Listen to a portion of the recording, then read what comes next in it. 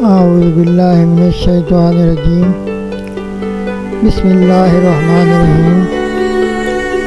معزز ناظرین السلام علیکم۔ ایک بھائی نے سوال پوچھا ہے کہ قرض لے کر قربانی کر سکتے ہیں، قربانی کس پر واجب ہے؟ تو اس کا جواب یہ ہے کہ آپ قرض لے کر بھی قربانی کر سکتے ہیں، بشرطے کہ قرض اتارنے کی پوری صلاحیت اور طاقت آپ میں موجود ہو۔ یہ نہ ہو کہ پورا سال قرض دینے والا آپ سے پیسے مانگتا رہے اور آپ پیسے واپس بھی نہ کریں۔ قربانی واجب کس پر ہے؟ تو یہ 5 چیزوں کا نصاب ہے: سونا، چاندی، مال تجارت، کرنسی اور ضرورت سے زیادہ سامان۔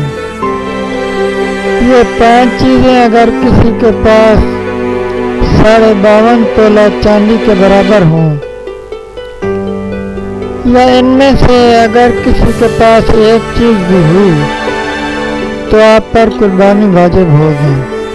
یعنی بقرہ عید کے 3 دنوں میں اگر اتنی چیزیں رہتی ہیں تو لگ بھگ 40-50 ہزار مالیت کا اگر کسی کے پاس سونا، چاندی یا تجارتی مال یا ضرورت سے زائد سامان ہو تو آپ پر قربانی واجب ہے۔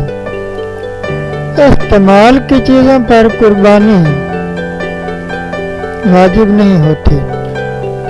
آپ کے پاس کروڑوں روپے کا گھر ہے لیکن آپ خود اس میں رہتے ہیں یا کرائے پر دیا ہوا ہے تو آپ پر قربانی واجب نہیں ہے۔ گاڑیاں 10 رکھی ہوئی ہیں، اگر استعمال میں ہیں تو قربانی واجب نہیں ہے، لیکن ایک گاڑی بھی اگر پورا سال فارغ کھڑی رہے تو قربانی واجب ہے۔ اللہ پاک ہم سب کو قربانی کرنے کی استطاعت نصیب فرمائے۔ آخر میں آپ سے گزارش ہے کہ ہمارے چینل کو سبسکرائب کریں اور گھنٹی کے نشان کو پریس کر دیں۔ اللہ پاک آپ کا حامی و ناصر ہو۔ والسلام۔ اللہ حافظ۔